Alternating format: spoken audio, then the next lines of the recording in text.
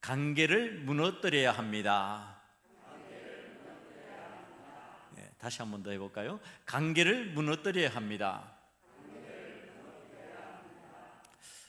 오늘이 맥주 감사 주일이죠. 1년의 반을 지나면서 이제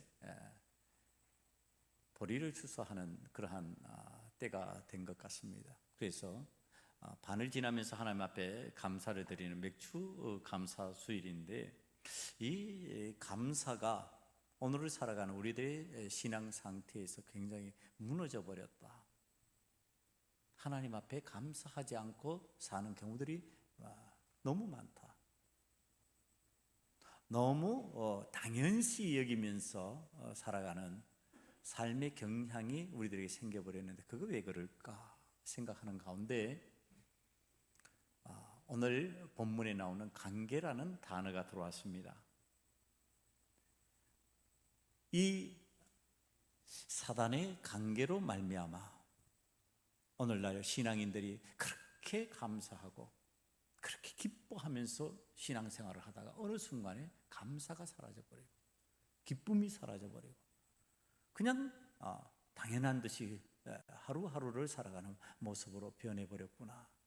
그러니까 우리가 이 사단의 관계를 이겨내지 못하면은 삶의 자리가 하나님 기뻐하시는, 하나님 영광을 드러내는 그리스도인의 삶의 자리가 아니라 비신앙인, 그리스도인이 아닌 사람들의 삶의 모습과 똑같이 되겠구나 하는 그러한 뜻에서 오늘 말씀을 준비했습니다.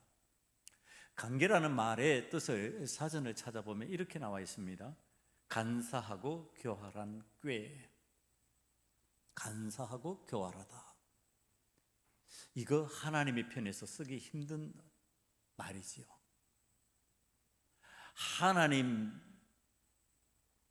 하나님께서 원하시는 삶, 거기에 간사하고 교활한 꾀가 있다, 이렇게 표현하기가 힘듭니다. 이건 안 되는 표현입니다. 할 수 없는 표현입니다. 그럼 하나님의 편에서 나올 만한 말이 아니라는 거예요. 이쪽에서 쓸 수 없는 말. 이 말이면은 이게 어느 쪽에서 나올까? 하나님의 반대편이죠. 하나님의 반대편에서 나올 만한 말. 그래서 하나님의 뜻을 거부하는 사람들이나 세력들이 쓸 수 있는 말. 하나님의 반대편에 서 있는 삶의 사람들이 살아가는 삶의 방식 속에 나타나는 말, 그 말이 관계다, 이렇게 오늘 성경이 우리에게 가르쳐 주고 있습니다. 오늘도 하나님의 뜻을 생각하지 아니하고 자신들의 권리, 자신들의 영광을 생각하는 사람들이 자신의 힘을 가지고 예수님의 반대편에 서서 예수님에게 관계를 부리고 있는 모습을 성경이 설명해 주고 있습니다. 간사하고 교활한 꾀로 예수님을 올가매려고 하는 사람들, 올가매려고 하는 세력들을 보면서 우리가 살아가는 세상에서 예수님의 사람으로 살아가면 이런 일이 안 생길까? 이걸 생각해 보았습니다. 그걸 하나님께 물었습니다. 하나님, 이 세상을 살아가는데 오늘 예수님을 올가매려고 하는 세력이 있고 사람들이 있습니다. 하나님의 반대편에 서 있는 사람들이 지금 예수님을 향해서 그렇게 하고 있습니다. 우리가 예수님의 사람이라면, 예수님과 함께 살아가는 사람이라면 이런 일이 안 생길까요? 생긴다입니다. 너희를 상대로 해서 관계를 부리는 사람이 있을 것이고 세력이 있을 것이다. 사단이 관계를 부려서 너희를 올가매려고 할 것이다. 그렇게 깨달아졌습니다. 그럼 어떻게 할까요? 이 관계 문제를 주님의 방식으로, 하나님의 뜻으로 이겨내는, 그래서 관계를 무너뜨리는 삶을 사는, 관계에 무너지는 사람이 아니라 관계를 무너뜨릴 수 있는 신앙인으로 살아야 되겠다고 생각하게 되었습니다.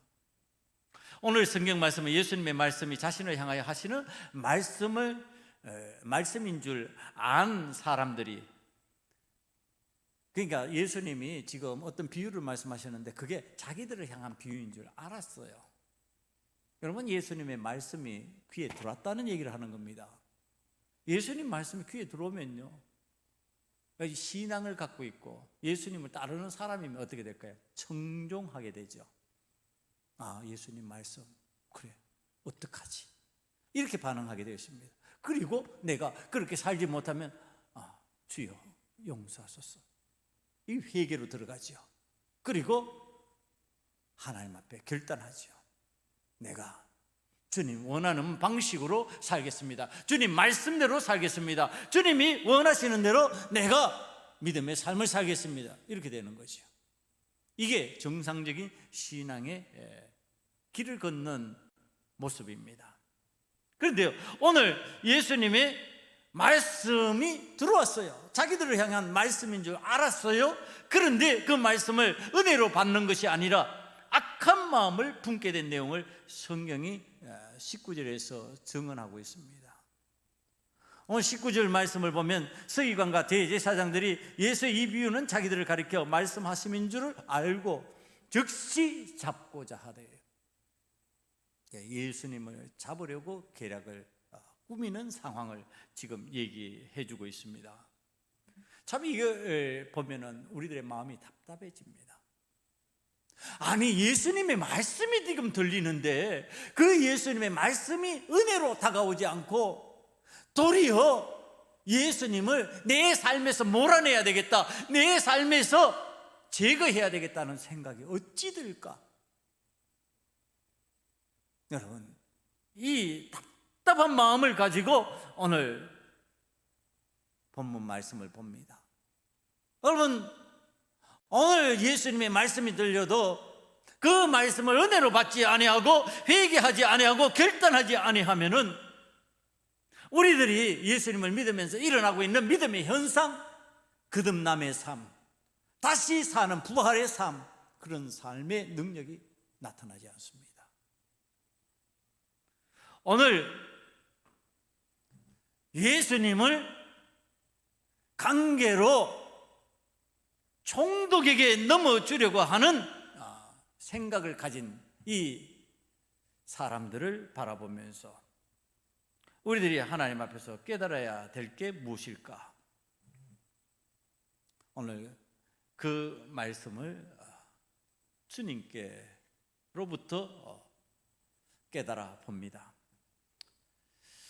오늘 예수님에게 말씀을 들은 이 사람들이 예수님을 말씀을 듣고서도요, 그 말씀을 받아들이지 않고 이제 총독에게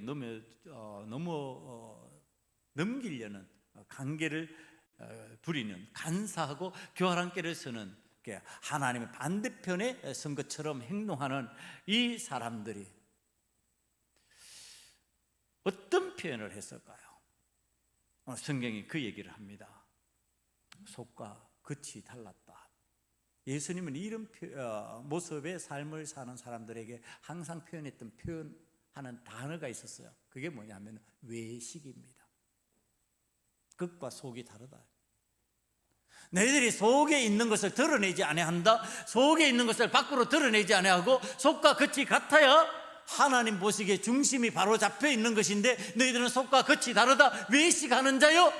이게 믿음 생활 잘 한다고 하는 바리새인들을 향해서 자주 쓰셨던 예수님의 말씀입니다. 오늘 이 속과 겉이 다른 바리새인의 유형의 외식하는 사람들, 이 사람들이 쓰는 방식이에요.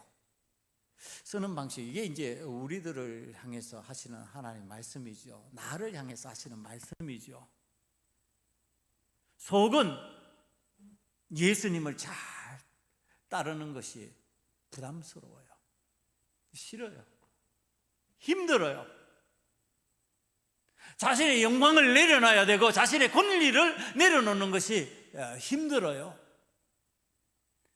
그런데 겉으로 표현은 이렇게 하는 겁니다. 예수님의 말씀을 듣고 예수님을 따르겠어요.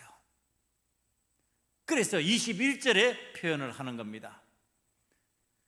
그들이 물어 이르되 선생님이여 우리가 아노니 당신은 바로 말씀하시고 가르치시며 사람을 외모로 취하지 아니하시고 오직 진리로서 하나님의 도를 가르치시니이다. 정말로 선생님은 우리의 선생님이 되셔야 될 분입니다. 우리를 진리로 인도하실 분입니다. 우리를 생명의 길로 인도하실 분입니다. 외모를 취하지 아니하시고 중심을 보시니까 우리의 중심 아시지요? 자, 이렇게 표현하는 방식입니다. 예수님께서 자신의 정체성을 드러내시면서 본 모습을 깨닫게 하면서 가르쳐 주신 비유의 말씀이 있는데 그 말씀을 듣고도 지금 뻔뻔스럽게 이런 표현을 하는 겁니다. 이 본심을 숨기고 예수님을 마치 따르기라도 하듯이 예수님을 극찬하고 있는 이 모습, 그러면서 던지는 질문입니다. 여러분, 이 질문을 하기 위해서 이제 그 고기를 잡을 때 밑밥을 깐다고 그러죠. 밑밥을 깐 게 바로 예수님에 대한 극찬입니다. 예수님을 인정하는 삶을 사는 것처럼 표현하고 있는 겁니다. 그럼 어떤 질문을 던지기 위해서 그랬을까? 22절의 말씀입니다. 우리가 가이사에게 세를 바치는 것이 옳으니까 옳지 않으니까. 여러분, 지금 이 질문을 던지기 위해서 예수님은 바른 분이시죠. 예수님은 진리를 가르치시는 분이시죠. 예수님의 말씀을 따르면 우리는 진리의 사람이 되는 거지요. 그러니 예수님 말씀해 주세요. 예수님 말씀하시면 진리니까 우리는 그 말씀을 따르겠나이다. 지금 그런 표현을 하는 겁니다. 여러분, 이게 얼마나 좋은 표현이에요. 이게 얼마나 정말로 예수님을 사랑하는 자의 표현 같아요. 그런데 예수님께서 이 말씀을 들으시고 23절에서 이렇게 표현을 하십니다. 예수께서 그 관계를 아시고 이르시되, 오늘 제목에 나오는 관계입니다. 예수께서 그 관계를 아시고 간사하고 교활한 꾀를 아시고요. 예수님이 지금 예수님 최고예요. 예수님은 진리의 주인이세요. 예수님이 가르치신 대로 우리는 살아야 될 거예요. 그럼 우리는 그렇게 살 거예요. 그러니까 가르쳐 주세요. 이렇게 말하면서 지금 예수님을 향하여 극찬을 하고 있는 사람들을 향해서 예수님이 표현하시는 방식이에요. 관계를 가지고 있는 사람들이구나. 여러분, 이 관계, 간사하고 교활한 꾀를 쓰는 사람들, 왜 예수님이 이 표현을 썼을까요? 왜 예수님이 이런 방식으로 그들을 바라보셨을까요? 그들이 예수님을 지금 올가매어서 세상의 총독에게 넘겨줘서 자신의 손으로 처리하지 아니하고 세상의 로마 제국의 총독의 손으로 예수님을 처리하기를 원하는 마음을 알기 때문에, 그래서 그 올가내는 방식의 질문인 줄 아시기 때문에 지금 예수님이 이 표현을 하고 계시는 겁니다. 자, 이 표현을 아시는 예수님께서 다 아시니까 지혜롭게 말씀하시는 거죠. 자, 동년하님 내놔봐라. 내어놓으니까, 자, 여기에 뭐가 있느냐? 가이사의 그림이 있습니다. 그래? 그러면 가이사의 것은 가이사에게, 하나님의 것은 하나님께 드려라. 아주 명쾌하게 지금 대답을 하십니다. 여러분, 예수님의 이 대답을 들으면서 우리는 뭐 당연하다 이렇게 생각하죠. 저도 그렇게 생각해요. 당연하다. 왜? 예수님은 예수님이니까, 하나님이시니까 당연하게 그렇게 대답할 수 있다. 그런데 저는 그 반대편을 말씀을 준비하면서 보았습니다. 예수님께서 그렇게 대답하실 건 당연해요. 예수님은 그렇게 지혜롭게 말씀하실 수 있는 분이 맞기 때문에 그건 당연합니다. 그런데 자, 질문을 던지는 이들의 질문이에요. 이들의 지혜를 보고서 제가 생각하게 되는 겁니다. 생각했었습니다. 아니, 이들이 지금 아주 단순한 질문을 던지는 것 같지만은 여기에는 비밀이 숨겨져 있습니다. 가이사의 것은 가이사에게, 하나님의 것은 하나님께 드려라라고 하는 질문에 대한 대답이 나오기 전에 이들이 던진 질문, 가이사에게 세를 바치는 것이 옳으니까, 아주 간단하잖아요. 아무것도 아닌 것 같잖아요. 근데 이 속에 무엇이 숨겨져 있냐면 양자택일이 숨겨져 있어요. 가이사에게 낼 것이냐 말 것이냐요. 양자택일은요, 둘 중에 하나를 택해야만 되는 거예요. 그런데 둘 중에 하나를 택하면은 함정에 걸리게 되어 있는 거예요. 반드시 택해야 되는데 택하면은 함정에 빠지게 되어 있는 질문이에요. 아주 간단한 질문인데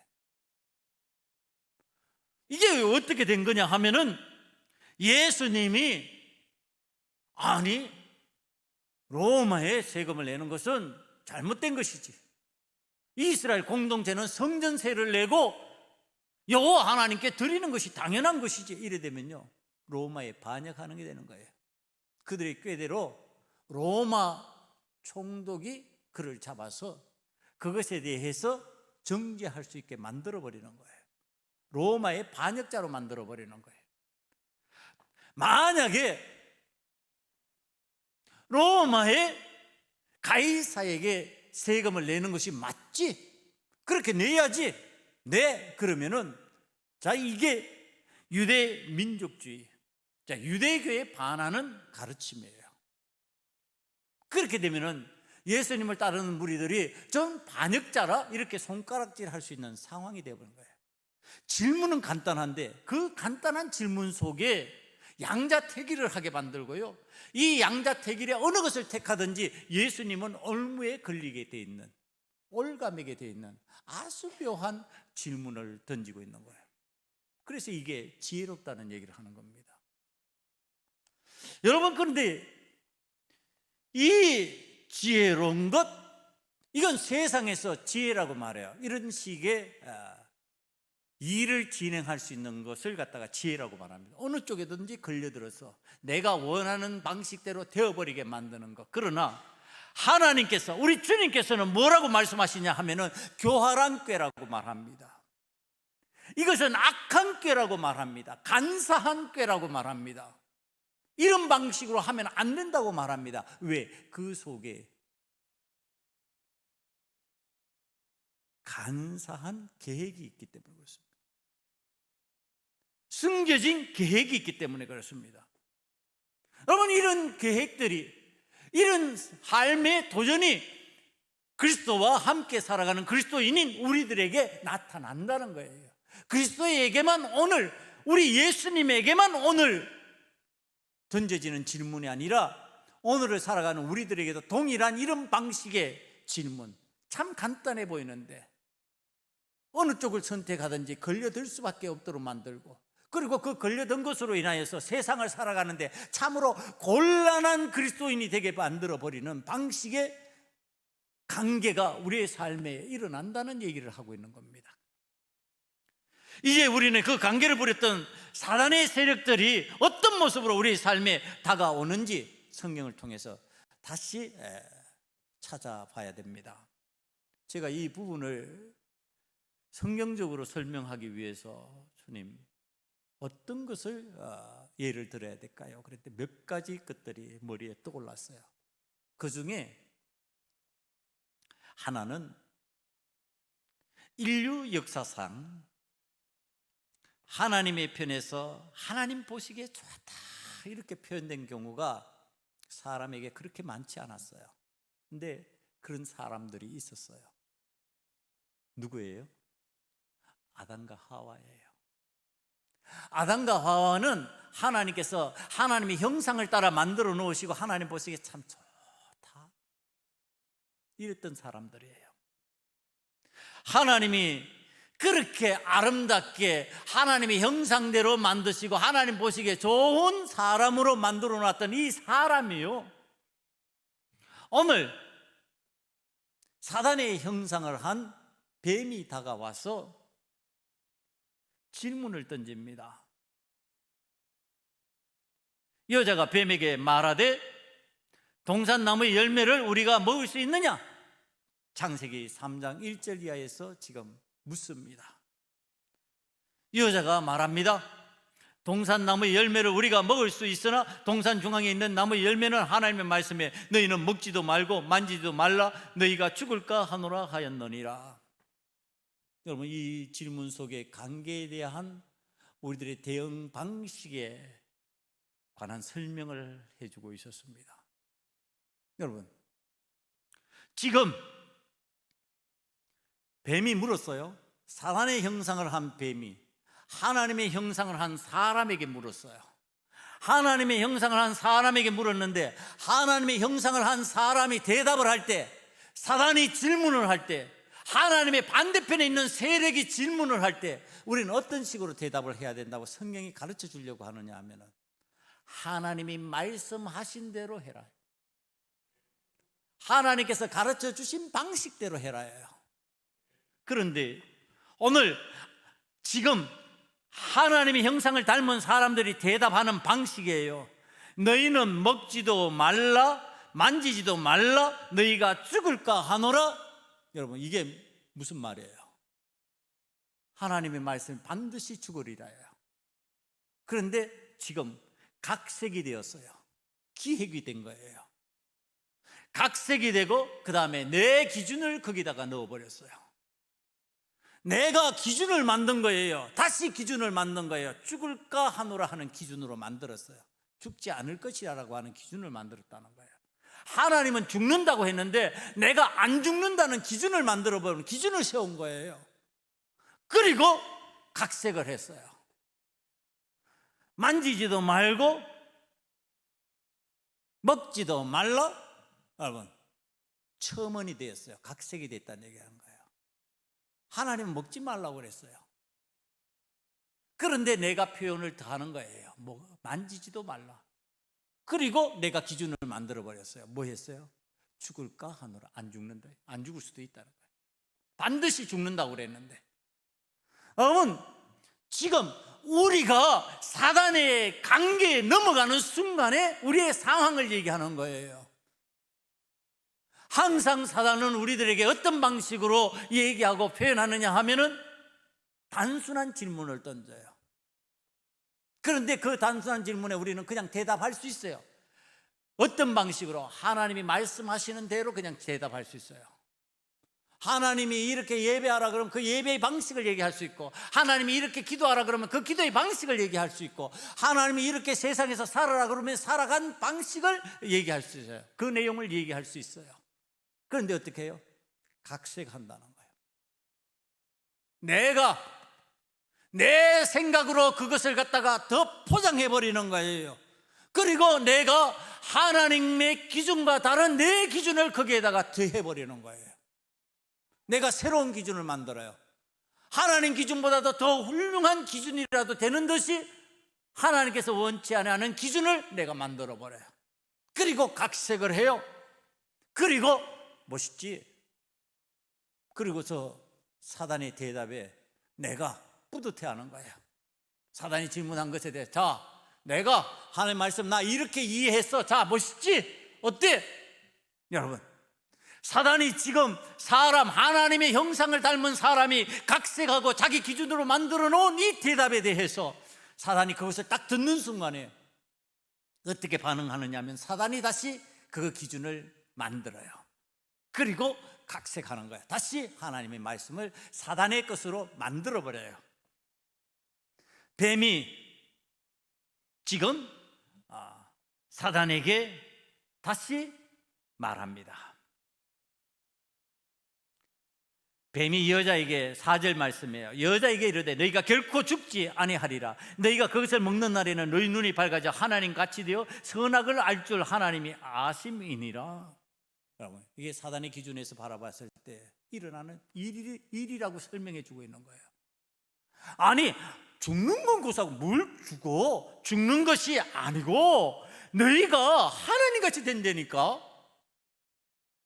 하나님 같은 영광을 누리는 거야. 하나님같이 높임받는 거야. 하나님같이 인정받게 되는 거야. 그런데 그거 안 먹어? 자, 이렇게 되는 겁니다. 여러분, 여기에 지금 사단의 관계와 각색이 다시 들어오는 거예요. 관계로 인한 각색, 그들의 기준이 다시 세워지는 거예요. 오늘 우리들이 신앙생활을 하면서 사람이 마귀의 관계에, 사단의 관계에 말려드는 상황을 지금 이 창세기에서 설명을 해주고 있는 거예요. 마귀의 간사고 교활한 게임에 따라서 내가 보기에 좋은 대로, 내가 생각하는 대로, 내 기준을 따라서 행동하기 시작하는 사람들. 자, 이렇게 되니까 그럼 한번 확인해 보세요. 여러분, 현장으로 한번 가보자예요. 가서 보자. 보면 알 거 아니냐. 사단이 이렇게 인도를 하는 거죠. 가서 보자니까. 아니, 하나님께서 먹으면 죽을 것이다 그러면요, 야, 우리 죽음에 대한 지금 이야기를 하셨잖아요. 그거는 아예 상관도 하지 말아야죠. 여러분, 죽음에 이르는 것들이 내 주변에 있으면 그거 제거해버려야죠. 그냥 놔두냔 말이에요. 여러분, 아이를 키우면서 그 아이가 혹이나 모르고 건드릴 수 있는 위험한 독성이 있으면 그거 놔둬요? 그거 치워버리죠. 아예 상관없이 만들죠. 멀리하죠. 그걸 가만히 내 주변에 놔두냐고요. 지금 이거 먹는 날에는 죽을 것이다. 아예 나 같으면 안 쳐다볼 것 같아요. 그거 왜 쳐다봐요? 그건 뭐 하려고 상관해요? 여러분, 저는 이해 못하는 거 하나가 있다고 그랬어요. 그게 뭐냐면, 많은 인기인들이 댓글 보다가 자살해버려요. 아주 웃긴다니까요. 그 댓글에 올라오는 길이 진짜 신중하게 그를 위해서 생각하고 염려하고 기도하는 마음으로 올려놓은 글이에요. 그게 그 장난으로 올려놓은 글이에요. 지 기분풀이 하는 거예요. 자기 감정풀이 하는 거예요. 그걸 왜 읽어요? 그걸 왜 읽고 묵상하다가 죽어요? 하나님 말씀 읽으면 절대로 안 죽죠. 그런데 댓글을 읽다가는 자살해버린다니까. 저는 이해를 못해요. 그런 것들. 그건 무슨 상관이 있어요? 아예 안 보면 돼버린지. 그 댓글 말라 보냔 말이야. 댓글에 글다운 글이 과연 몇 개 있냐 말이야. 없어요. 댓글에 글다운 글, 진리를 말하고 정말 사람의 심금을 울리고 정말로 기쁨을 주고 하는 댓글은 없다니까요. 거의. 여러분, 지금 그 위험한 것을 눈으로 확인하러 가자 이런다니까. 누가? 사단이. 한번 보자. 그러니까 또 손잡고 가요. 아유, 사단하고 손잡고 간다니까. 혼자서 걸어가는 것도 아니고 손을 잡고, 그래 가보자. 한번 가서 보면은 어떻게 그게 멋있는지 좋은지 확인할 수 있겠지. 그러고서 아주 사단과 다정히 손을 잡고 지금 선악과를 보러 갑니다. 보러 갔는데 보니까 진짜 어때요? 성경적 표현이에요. 봤어요. 6절 말씀에 여자가 그 나무를 본 적 먹음직하고 보함직도 하고 지혜롭게 할 만큼 탐스럽기도 한 나무였어요. 사단이 성공했어요. 덥석 따먹는 거예요. 관계에 넘어간 거예요. 뭐가 우리 삶에 생긴 후로부터 그 일이 일어났어요. 하나님께서 주신 그대로가 아니라 내가 기준을 삼고 내가 각색을 하고 내가 기획을 하고 내가 만든 것이 그렇게 돼버렸어요. 왜? 간단한 마귀의 질문에 너 선악과 하나님 먹지 말라 하더냐? 간단한 질문이잖아요. 그런데 넘어간다니까요. 간단한 질문에 너 세상을 어떻게 살려고? 아주 간단한 질문이에요. 세상 어떻게 살지? 그때부터 아주 마귀하고 손잡고 난리가 나는 거예요. 세상 어떻게 살지? 이 코로나19를 어떻게 살아가지? 아니, 천국에 대한 소망이 없으면 두렵겠지. 염려가 되겠지요. 천국은 온데간데 없고 온통 세상에 염려와 근심밖에 없어요. 코로나19 무시무시하죠. 그건 지옥 갈 사람들에게 무시무시한 거지 천국 갈 사람들에게는 무시무시한 게 아니에요. 여러분, 오늘 우리들이 간단한 질문을 던진다니까 어떻게 하려고? 이 말이에요. 그러면 아이고 큰일 났구나. 그때부터 그냥 아주 기획을 하고 각색을 하고 아주 그냥 자기 기준을 만드느라고 정신이 없어요. 오늘 우리들이 지금 이 창세기를 통하여서 일어난 일을 얘기합니다. 하나님께서 너 그런 마음으로 살면 천국에 살 수 없어, 이렇게 된 거죠. 천국에서 내가 쫓깁니다. 그러면서 살게 되는 환경을 3장 18절에서 이렇게 표현합니다. 내게 가시덤불과 엉겅퀴를 낼 것이라. 땅이, 우리가 살아가는 삶의 환경이 고난의 상징이 되어버린 겁니다. 여러분, 우리들의 마음이 하나님의 말씀을 있는 그대로 받아들이지 않고 내가 기획하고 각색하고 기준을 만들어버리는 순간에 내 삶에, 내 마음에 뭐가 생긴다고요? 엉겅퀴와 가시덤불이 생긴다고요. 엉겅퀴와 가시덤불이 생겨버리면은 내 마음이 어떤 마음이라는 거예요? 그게 지옥의 마음이요. 아니, 예수 믿는다 그러면서 뭐가 그렇게 불편한 게 많고, 뭐가 그렇게 불안한 게 많고, 뭐가 그렇게 답답한 게 많아요? 여러분, 예수 믿는데, 천국 소유하고 있는데 왜 그래요? 사단의 관계에 넘어간 거죠. 내가 말씀을 그대로 있는 그대로 안 받아들이고 내 기준을 세워버렸어요. 나의 기준으로 말씀을 대신해버렸어요. 그 다음에 그것을 갖다가 내가 각색을 하는 거예요. 기획을 하는 거예요. 그러니까 내 삶에, 내 마음에 엉겅퀴와 가시덤불이 막 생기는 거예요. 그 불편해지는 거예요. 답답해지는 거예요. 자, 잃어버린 낙원을 천국을 회복하고 하나님 보시기에 좋은 사람으로 살아가려면 어떻게 할까요? 다시 얘기합니다. 간단해요. 마귀의 관계를 이겨내야 돼요. 마귀의 말에 현혹되지 말고 주님의 말씀을 있는 그대로 받아들여야 돼요. 그리고 하나님의 말씀에 그대로 순종하면 돼요.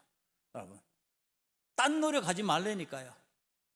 내 기준에 어떤 노력을 하지 말고 내가 노력할 게 있어요. 하나님, 어떻게 하면 내가 말씀대로 살까요?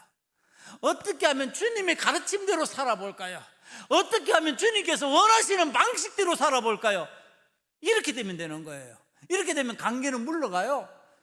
마귀의 관계, 사단이 우리에게 부렸던 그 관계는 사라지고 하나님의 은혜, 하나님의 평안, 주의 평안, 천국의 기쁨, 그게 내 속에 생기는 거예요. 여러분, 관계를 부리는 마귀의 모습은요, 성경에 참 많이 등장을 해요.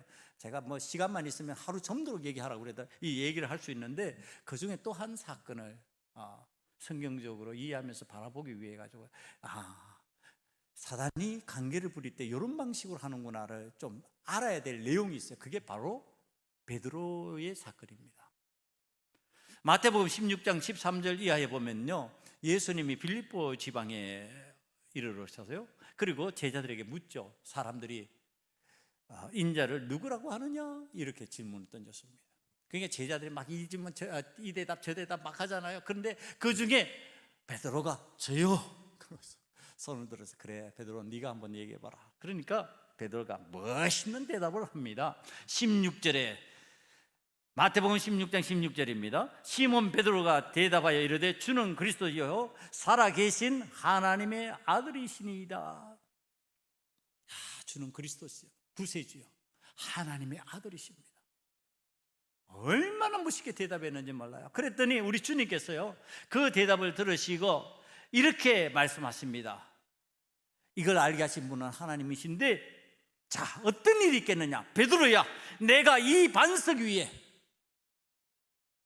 내 교회를 세우리니 음부의 권세가 이기지 못하리라. 내가 천국 열쇠를 내게 주리니 내가 땅에서 무엇이든지 매면 하늘에서도 매일 것이요, 내가 땅에서 무엇이든지 풀면 하늘에서도 풀리리라. 기가 막힌 복된 말씀이 임했어요. 베드로의 신앙 고백 위에요, 주님께서 교회를 세우시겠답니다. 그리고 네가 이제 땅에서 매면 하늘에서 매이고 땅에서 풀면 하늘에서 풀리고, 네가 하나님 앞에서 이 신앙적 고백 위에서 바로 살아가면 그런 역사가 일어날 것이다. 지금 엄청난 칭찬이에요. 엄청난 복을 지금 내려주시는 거예요. 여러분, 이 정도 복 받고 칭찬받았으면 끝난 거지. 상황은 믿음 생활 끝난 거죠. 뭐 이 정도면은 이렇게 신앙생활 하면 되는 거죠. 뭐 근데 성경이 아주 묘한 것을 우리에게 나타내 주십니다. 그 다음에 이어서예요. 마태복음 16장이 끝나지도 않았어요. 그 16장 그대로 넘어갑니다. 21절로 넘어가면요, 이때부터 자, 이렇게 주는 그리스도시요 살아계신 하나님의 아들이라고 하는 신앙 고백 위에서 지금 이제 예수님이 자신을 드러내시는 겁니다. 자, 이제 내가 예루살렘으로 올라가 장로들과 대제사장들과 서기관들에게 많은 고난을 받고 죽임을 당하고 제3일에 살아나야 할 것이다, 이렇게 설명합니다. 그러니까 그리스도이기 때문에, 주님이시기 때문에, 하나님의 아들이시기 때문에 이 일을 해야 된다고 지금 말씀하고 계시는 겁니다. 그랬더니 베드로가 어떤 얘기를 하느냐면요, 22절에요. 마태복음 16장 22절에 베드로가 예수를 붙들고 항변하여 이르되 주여 그리 마옵소서, 이 일이 결코 죽게 미치지 아니하리이다. 아니, 내가 주님이라 그랬고 하나님의 아들이라 그랬는데, 아니 무슨 죽는다고요? 예수님을 핍박하는 사람이 나온다고요? 아니, 그거 있을 수 없는 얘기예요. 그리 마옵소서, 그 일 하려고 생각하지도 말고 그리 된다고 생각하지도 마시옵소서. 안 될 일입니다. 예수님께서 돌이키시며 베드로에게 이르시되 사단아 내 뒤로 물러가라.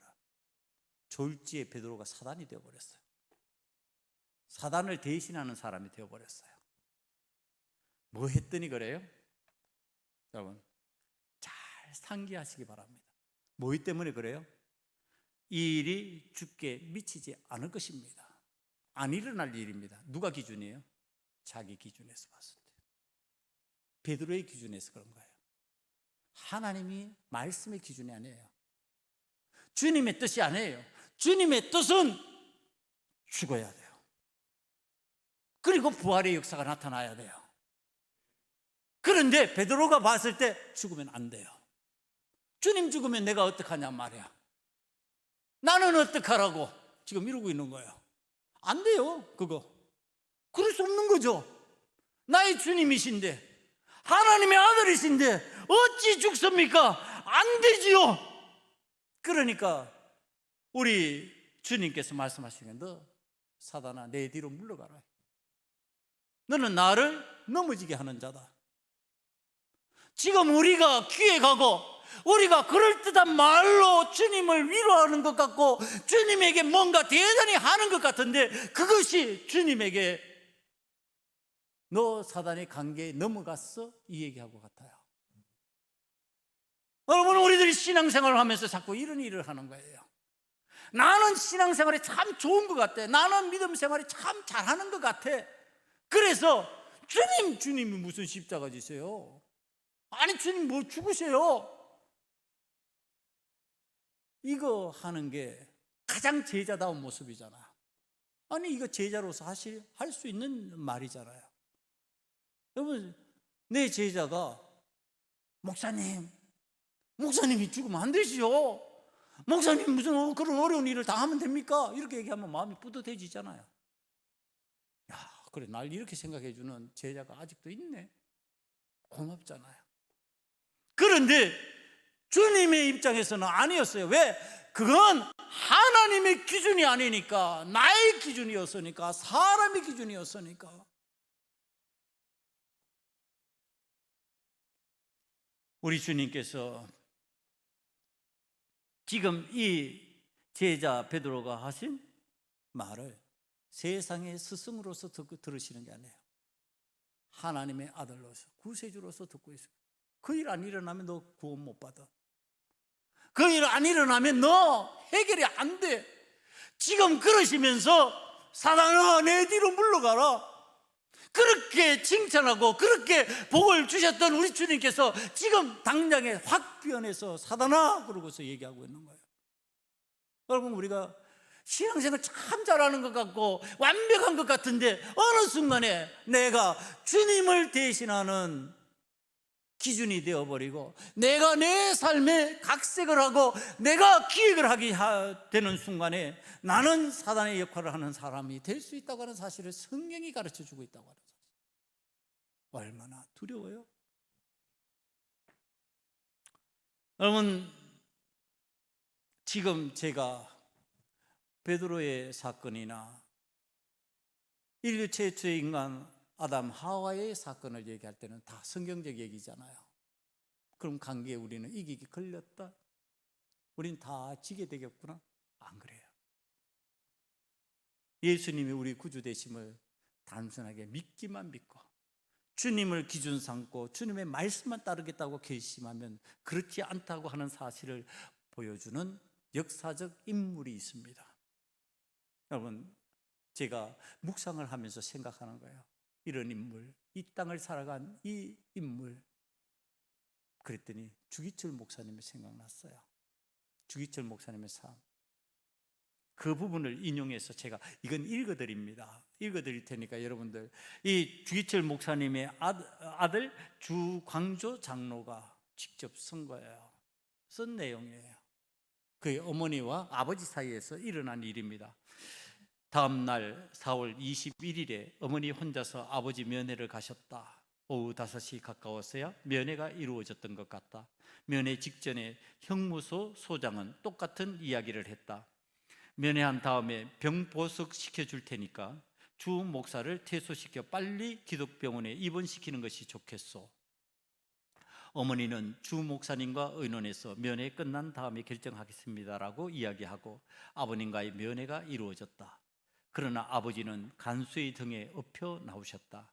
한 간수가 엎고 두 간수가 엉덩이를 받치고 나왔는데 그 주 목사님을 맞이한 어머니는 이렇게 말했다. 당신은 꼭 승리하셔야 합니다. 결단코 살아서는 이 붉은 문 밖을 나올 수 없습니다. 남편의 마지막을 바라보면서 가슴이 찢기는 아픔을 느끼셨겠지만 어머니는 아버지께 이렇게 첫마디를 꺼내셨다. 그 어머니의 말을 받았던 아버지는 그게 화답하듯 이렇게 이야기했다. 그렇소. 내 살아서 이 붉은 벽돌문 밖을 나갈 것을 기대하지 않소. 나를 위해 기도해 주오. 내 어머니와 어린 자식을 당신한테 부탁하오. 내 하나님 나라에 가서 산정현 교회와 조선교회를 위해 기도하겠소. 내 이 죽음이 하늘의 썩은 미랄이 되어서 조선교회를 구해주기를 바랄 뿐이요.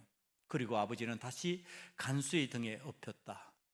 어머니는 너무 가슴이 아파서 이런저런 이야기를 하다가 눈물 섞인 음성으로 마지막으로 부탁할 말씀이 없으시냐고 했더니 아버지께서 손을 한번 흔들어 주시더란다.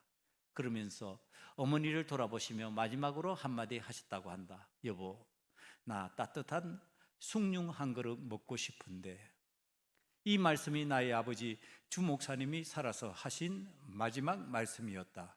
7년 동안 차디찬 감방에서 아버지께서 그리워했던 따뜻한 숭늉 한 그릇, 이 내용입니다. 그러면 이 내용을 왜 제가 인용해서 오늘 마귀의 관계, 사단의 관계와 더불어서 베드로의 체험, 아담과 하와가 체험한 내용과 엮을까요? 여러분, 인간적으로 볼 때 어때요? 내 남편이 옥고를 치르면서 괴악한 일을 당하고 정말 몸서리치는 고문을 당합니다. 이제 죽어가는 상황이 되었습니다. 일제가 지금 어떤 짓을 하고 있느냐 하면은 주기철 목사님을 진짜 석방시켜 주려고 하는 것이 아니라 감옥에서 순교하지 못하게 만들려고, 집에 가서 죽으라고 지금 내보내려고 그런 거야. 그러니까 사람 한 사람이 없고 엉덩이를 두 사람이 받쳐줘야만 몸이 그렇게 처져 버렸다는 얘기. 이미 생기가, 기력이 다 떨어졌다는 얘기를 하는 겁니다. 그럼 살 수 없지요. 그런데도 인간의 생각은 어떠냐? 사모님이 내 남편 마지막 따뜻한 방에 누워서 돌아가실 수 있도록 하는 거예요. 이게 인간의 방법이잖아요. 인간의 도리라고 생각하잖아요. 여러분, 안 믿는 사람이 이거 보면 뭐라 그럴 것 같아요? 이 장면을 보면 야, 은혜롭다 이럴 것 같아요. 은혜 없어요. 그 사람들은 뭐라 그러겠어요? 도리를 생각하는 거예요. 악녀 같다, 악랄하다 이렇게 표현할 거예요. 댓글 올리면요 무수한 욕을 올릴 거예요.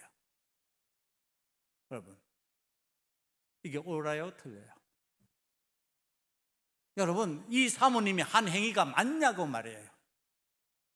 세상 윤리 도덕적으로는 안 맞을 수 있어요. 그러나 신앙적으로는 아주 맞는 일이에요. 이게 마귀의 관계를 깨트리는 방법이에요. 내 남편 내가 따뜻한 방에 누워서 죽게 만드는 것이 인간적으로 볼 때는 덕이 되고 도리인 것 같죠. 그러나 하나님의 방법은 아니에요. 왜? 감옥에서 순교하는 그 순교로 말미암아 신사참배를 했던 목사들이 나중에 회개하는 역사가 나타나는 거예요. 돌이키는 은혜가 임하는 거예요. 타협하지 않은 그 정신으로 인하여서 그 다음에 나라가 정상으로 돌아왔을 때 이 일을 두고두고 하나님의 은혜라고 말하는 역사가 나타나는 거예요. 여러분, 지금 이 주기철 목사님을 방으로 들이지 않고 따뜻한 곳으로 들일 줄 몰라서 안 하는 게 아니라니까요. 그렇게 하면은 편안해져요. 그렇게 하면은 좋아져요. 상황이 좋아져요. 그런데 안 하는 거예요. 단호하게 여기서 죽으라고, 이 차가운 감방에서 죽으라고. 언젠가 제가 이 주기철 목사님 얘기를 하면서 얘기했을 거예요. 옷 속에 솜을 넣어서 누비 옷을 만들어주면은 목사님이 제발 솜 넣지 말라고. 근데 사모님 입장에서는 겨울을 지나는데 어떻게 솜을 안 넣냐고. 그런데 물고문을 하면요, 이게 젖어가지고 얼어서 상처를 찌르고 고통스럽게 만드는 거예요. 움직일 때마다. 음식통이 있는 데까지 기어서 가야 되는데 음식을 먹여 살아있는 성인인데 또 자살할 수는 없잖아요. 그냥 그러니까 주는 음식을 먹으면서 그냥 생명을 온전히 지금 살아가는 거예요. 고난 가운데서. 그거 다 알아요. 이 사모님도 안 되니까. 그런데 안 하는 거예요 지금. 여러분, 오늘 우리들이 신앙생활을 가르치고 리더십을 가지고 본을 보여야 되는 믿음의 사람들이 가르쳐야 되는 방식이에요. 이게 인간적으로 동정하고, 인간적으로 그럴 수 있지, 힘들지. 뭐가 그렇게 힘들어요? 뭐가 그렇게 답답하냐고. 오늘 이 세상을 살아가면서 우리들이 하나님께 받은 은혜가 얼마나 큰데. 아니, 주기철 목사님이나 그 사모님이 살았던 그 지옥스러운 삶에 비하면 얼마나 우리가 천국의 삶을 살고 있는데 뭐가 힘든데? 뭐가 그렇게 어려운데요? 여러분, 그것이 바로 마귀의 관계이기 때문에 그래요. 사단의 관계이기 때문에. 그렇게 말하면은 표현 안 되니까 사랑 많다 이렇게 표현한다고. 아, 저분 사랑 많아. 사랑 많은 거 아니에요. 죽이는 거예요, 그게. 그건 사랑이 아니에요. 오늘 우리들이 하나님 앞에서 진짜 사랑은 이 사모님의 그 자세가 진짜 남편을 사랑하는 거예요. 남편을 쓰러뜨리지 않는 거예요. 남편을 넘어뜨리지 않는 거예요. 당신 거기서 죽으라고. 그것이 하나님 영광을 위한 것이라고. 오늘 여러분, 우리들의 신앙이 그렇게 얘기를 해야 돼요. 우리 주변에 있는 우리의 믿음의 형제, 우리 믿음의 사람들에게, 아니 예수 믿는데 뭐 그렇게 어려운 게 많고 뭐 그렇게 답답한 게 많다고. 어찌 그렇게 힘들지? 뭐가 힘들어요? 어떤 게 힘든데? 그렇게 하면 안 된다고. 그건 아니라고. 그건 마귀의 관계라고. 사단이 그렇게 너를 넘어뜨리라 그러는 거라고. 너가 그로 말미암아 넘어지고 하나님 영광 가려버리는 역사가 나타난다고. 그렇게 해야 된다고 지금 가르쳐주고 있는 거예요. 사랑하는 성도 여러분, 오늘 우리는 믿음의 사람으로서 이 주기철 목사님의 사모님의 이 이야기, 난 주기철 목사님보다 사모님이 지금 제 가슴 속으로 들어온 거예요. 마귀의 관계를 주 목사님도 이겨내셨지만 사모님이 이겨내고 계신 거예요. 여러분, 그 사모님의 마음 여러분들도 다 있잖아요. 저도 있어요. 다 갖고 있어요. 그런데 하면 안 돼요. 할 수 없어요. 왜? 그게 마귀의 관계가 있으니까. 오늘 여러분들이 기준이 아니에요. 여러분들이 각색하면 안 돼요. 오늘의 말씀이 기준이에요. 우리 주님이 기준이에요. 하나님이 기준이에요. 그리고 하나님 말씀대로만 하면 돼요. 그러면 관계를 이겨내는 하나님의 사람들이 될 줄 믿습니다. 기도하시겠습니다. 아버지 하나님, 하나님의 사람들이 관계를 무너뜨리고 믿음으로 승리할 수 있는 자가 되기를 원합니다.